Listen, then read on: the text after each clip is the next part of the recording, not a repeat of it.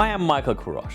I live in Santa Barbara, California, one of the most beautiful places on earth. My design center is where people come to reimagine their homes and spaces. I work with the best designers, clients with broad tastes, and experts who navigate the fascinating world of design. I'm always excited to learn something new, and I never say no to a challenge.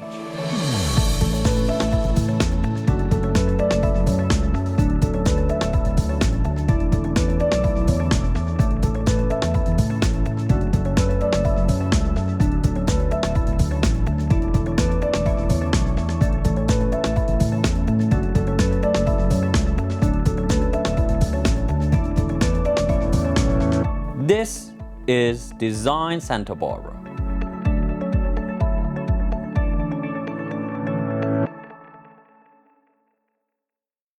Welcome to Design Santa Barbara. I'm Michael Kurosh, and today we are in Santa Barbara Design Center, and today we are going to take a look into incredible history of glass.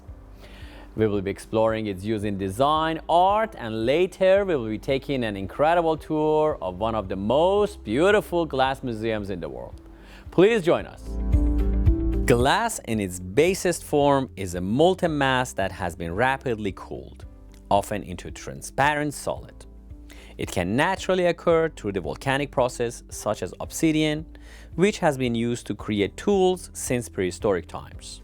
Archaeological evidence suggests glassmaking dates back to at least 3600 BC in Mesopotamia, Egypt, or Syria. The earliest known glass objects were beads, perhaps created accidentally during metalworking or the production of pottery using lead glazes. The word glass developed in the late Roman Empire. It was in the Roman glassmaking center at Trier, located in present-day Germany, that the Latin term glacium originated, probably from a German word for transparent. Examples of utilitarian and art glass can be found across the Roman Empire at this time. As civilization developed, the techniques for making glass were refined, and incredible creations such as stained glass windows, art glass sculptures, and ornamental glass accents were proliferated all over the world. During the 13th century, the island of Murano, Venice, became a center for glassmaking, building on medieval techniques to produce colorful, ornamental pieces in large quantities. Murano glassmakers developed the exceptionally clear colorless glass cristallo, so called for its resemblance to natural crystal, which was extensively used for windows, mirrors, ships' lanterns, and lenses. From the 13th through 15th centuries, enameling and gilding on glass vessels were perfected in Egypt and Syria. Towards the end of the 17th century, Bohemia became an important region for glass production, remaining so until the start of the 20th century. By the 17th century, glass in the Venetian tradition was also being produced in England. Around 1675, George Ravenscroft invented lead crystal glass, with cut glass becoming fashionable in the 18th century. Ornamental glass objects became an important art medium during the Art Nouveau period in the late 19th century. Throughout the 20th century, new mass production techniques led to widespread availability of glass in much larger amounts, making it practical as a building material, enabling new applications of glass. In the 1920s, a mold etch process was developed, in which art was etched directly in the mold, so that each cast piece emerged from the mold with the image already on the surface of the glass. This reduced manufacturing costs, and combined with a wider use of color glass, led to cheap glassware in the 1930s, which later became known as depression glass. With the coming of the atomic age, uranium was infused into glass, creating a vibrant green design that glows under ultraviolet light. While the radiation it gives off is not harmful, uranium glass can still be detected by a Geiger counter to this day. Now let's look at some examples of glass through the ages.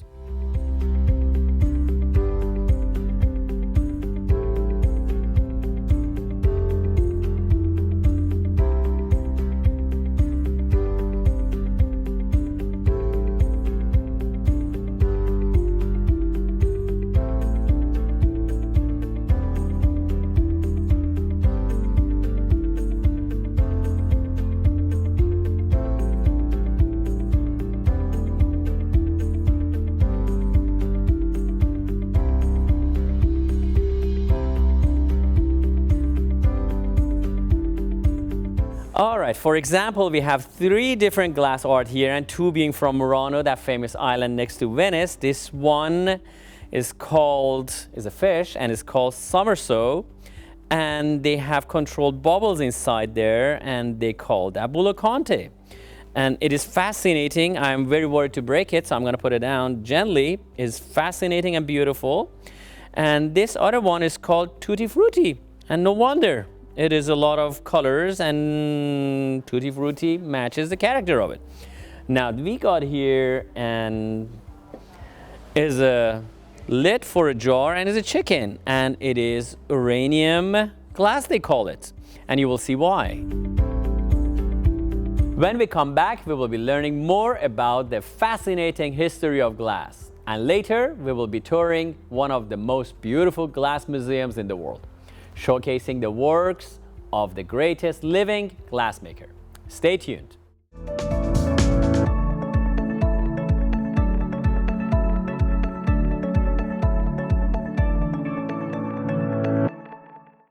Santa Barbara Pizza House is your home for the best pizza in town. Embrace a symphony of flavors and textures with our pizzas. Drawing inspiration from both Chicago's deep dish legacy and Naples' artisanal heritage, our pizzas boast perfectly executed crusts, tantalizing sauces, and the finest mozzarella.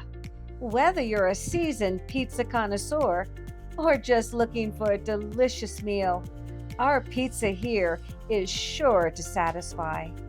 Featuring specialty pizzas named after iconic Santa Barbara streets, our mouth-watering menu will have you coming back over and over again to try each new meal. We offer a full menu of salads, sides, sandwiches, and desserts. Santa Barbara Pizza House is conveniently located at 515 State Street in the heart of downtown Santa Barbara. Visit us online at sbpizzahouse.com or call and place your order at 805-637-7721. Santa Barbara Pizza House. You won't leave hungry.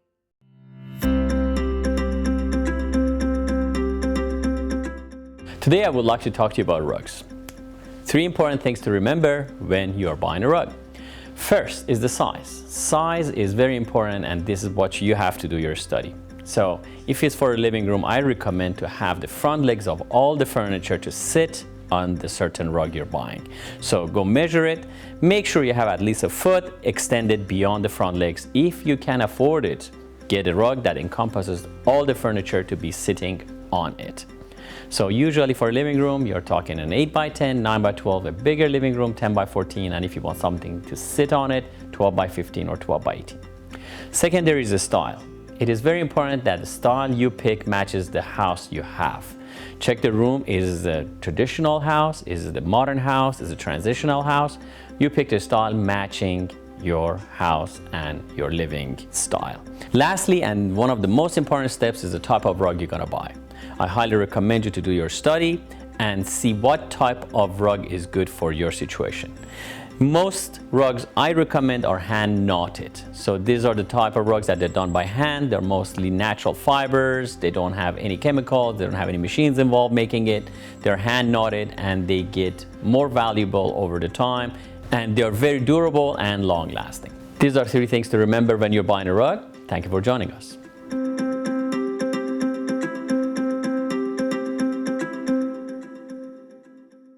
My grandfather taught me about the beauty of the rugs. Each one tells a story.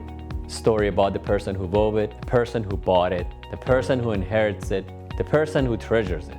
It's amazing how simply looking at an object can bring you back to a different place and time, or remind you of someone you love. At Santa Barbara Design Center, we want to help you find the rug that will travel through time with your family for generations to come. Visit us at 410 Olive Street and find your treasure today.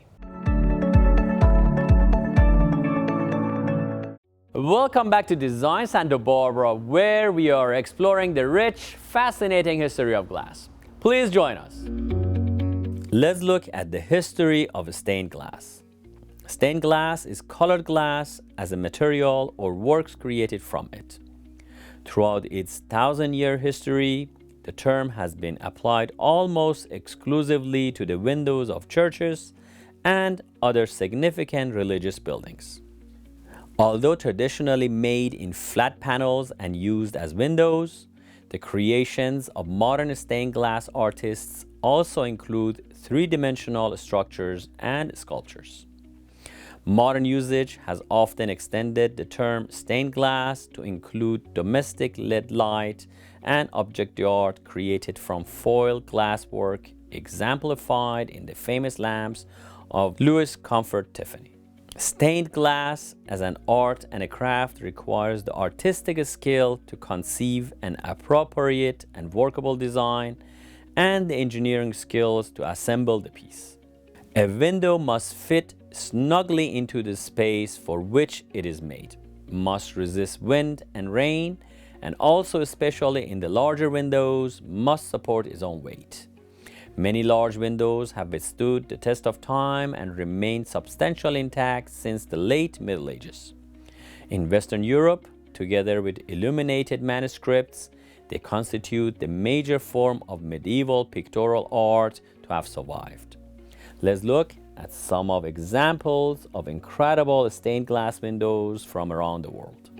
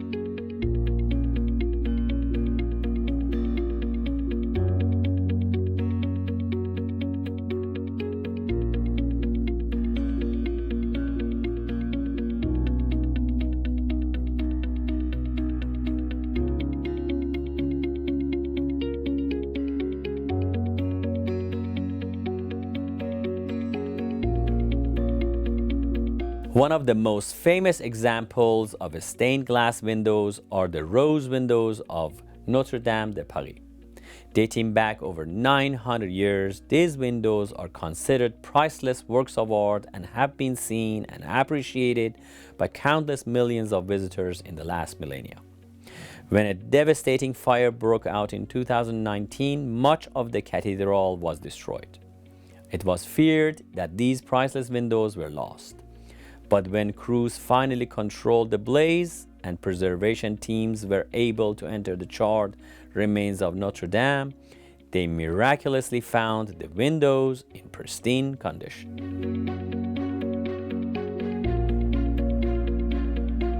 Now let's head to the island of Murano and learn more about what is considered the finest glass in the world. With the decline of the Roman Empire, the Venetian city-state gained power and reputation around Europe. This included the renown for expert glassmaking. A law dated November 8, 1291, confined most of Venice's glassmaking industry to the island of Murano. Murano is actually a cluster of islands linked by short bridges located less than 1 mile north of the Venetian mainland in the Venetian lagoon. The furnaces used to make molten glass were a fire hazard, especially in cities with wooden structures nearby. Moving the glassmaking industry to Murano removed the threat of a disastrous fire in Venice. The move also kept the technology of glassmaking and the glassmakers confined to Murano. This prevented the spread of Venetian glassmaking expertise to potential competitors.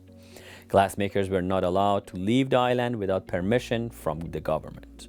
Leaving without the permission or revealing trade secrets was punishable by death. Locating the industry on a single island also made it easier for the government to monitor imports and exports. Murano in the 1200s was a summer resort where the aristocrats of Venice built villas with orchards and gardens. It took about an hour to row a boat from Venice to Murano. Although the glassmakers could not leave the island, the nobles had no such constraints. Despite their travel restrictions, the glassmakers lived on a beautiful island, were under the direct rule of Venice's Council of Ten, and had extra privileges. They did not work during the hot summer, during which furnace repair and maintenance was performed. During the 1300s, the annual summer vacation lasted 5 months. In the 1400s, the Venetian government shortened the summer vacation to 3.5 months.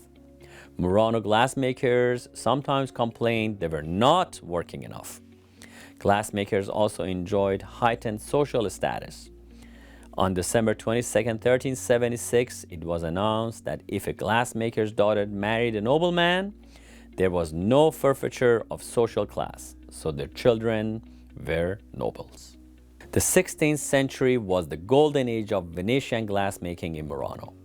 Major trading partners included the Spanish Indies, Italy, Spain, Ottoman Turkey, and the German-speaking states. At least 28 glassmaking furnaces were in Murano in 1581. Numerous leaders and dignitaries visited Murano during the century, including the Queen of France, dukes, princes, generals, cardinals, archbishops, and ambassadors. Collectors of Murano glass included Henry VIII of England, Pope Clement VII, King Ferdinand of Hungary, Francis I of France, and Philip II of Spain. Glassmaking in Venice continued through the end of the 18th century, when the Republic was conquered by Napoleon, who ended the production of glass in Murano. Nearly a century later, it was revived and since then has returned to the forefront of art glass production. Today, visitors flock to see the Venetian glass museums, watch live demonstrations, and take home pieces for their personal collections. Let's look at some beautiful examples of Murano glass.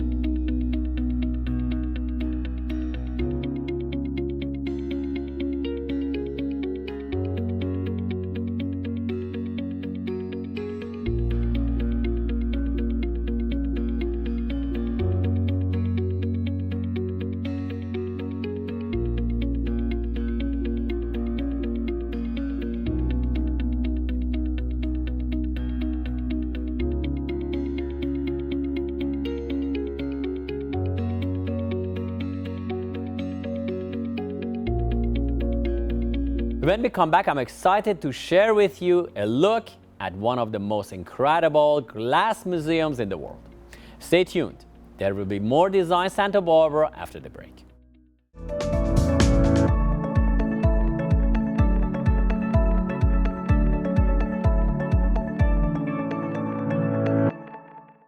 Santa Barbara Pizza House is your home for the best pizza in town. Embrace a symphony of flavors and textures with our pizzas. Drawing inspiration from both Chicago's deep dish legacy and Naples' artisanal heritage, our pizzas boast perfectly executed crusts, tantalizing sauces, and the finest mozzarella.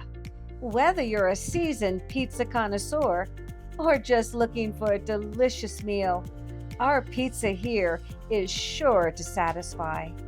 Featuring specialty pizzas named after iconic Santa Barbara streets, our mouth-watering menu will have you coming back over and over again to try each new meal. We offer a full menu of salads, sides, sandwiches, and desserts. Santa Barbara Pizza House is conveniently located at 515 State Street in the heart of downtown Santa Barbara. Visit us online at sbpizzahouse.com or call and place your order at 805-637-7721. Santa Barbara Pizza House. You won't leave hungry. How many times in the last year have you said to yourself, I really need a new sofa? Spending so much time at home lately, you deserve the most comfortable furniture.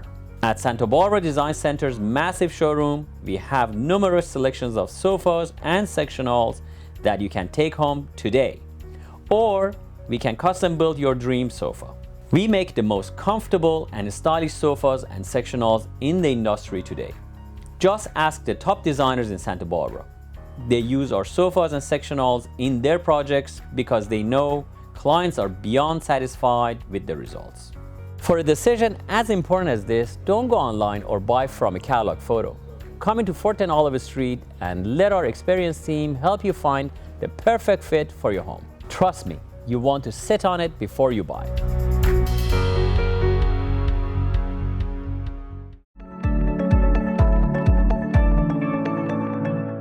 Welcome back to Design Santa Barbara. This week, we are exploring the rich history of art glass. Now let's head to the Pacific Northwest, where one of history's greatest glassmakers has graciously shared his collection with the public. Dale Chihuly was born in Tacoma, Washington in 1941. After brief studies in Puget Sound, his interest in creating glass led him to Italy.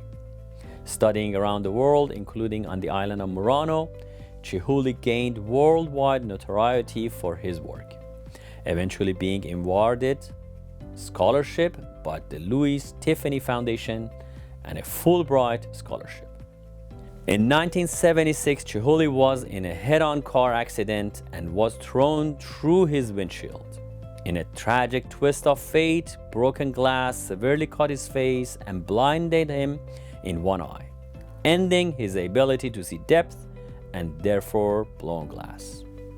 Despite this setback, Chihuly looked at it as an opportunity. He hired others to blow the glass while he carefully oversaw the production and creation of shapes. He has said that the accident allowed him to step back and see the process from other angles. With glass collections shown at museums all over the world and a commercial business grossing over $30 million a year by the early 2000s, Chihuly established himself as the preeminent name in modern glass. In 2012, Dale Chihuly partnered with the city of Seattle to open the largest publicly accessible collection of his work in the world. At the base of the Space Needle, Chihuly Garden and Glass is a treasure trove of fine art glass. Let's tour this stunning museum.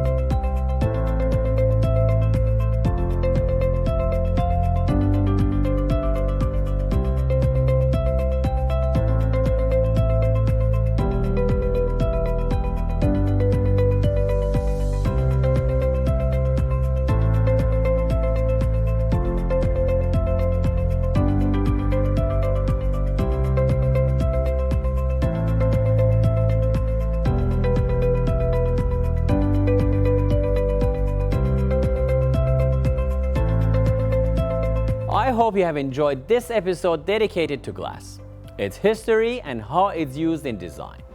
I encourage you to learn more about the glass and discover what styles you're drawn to.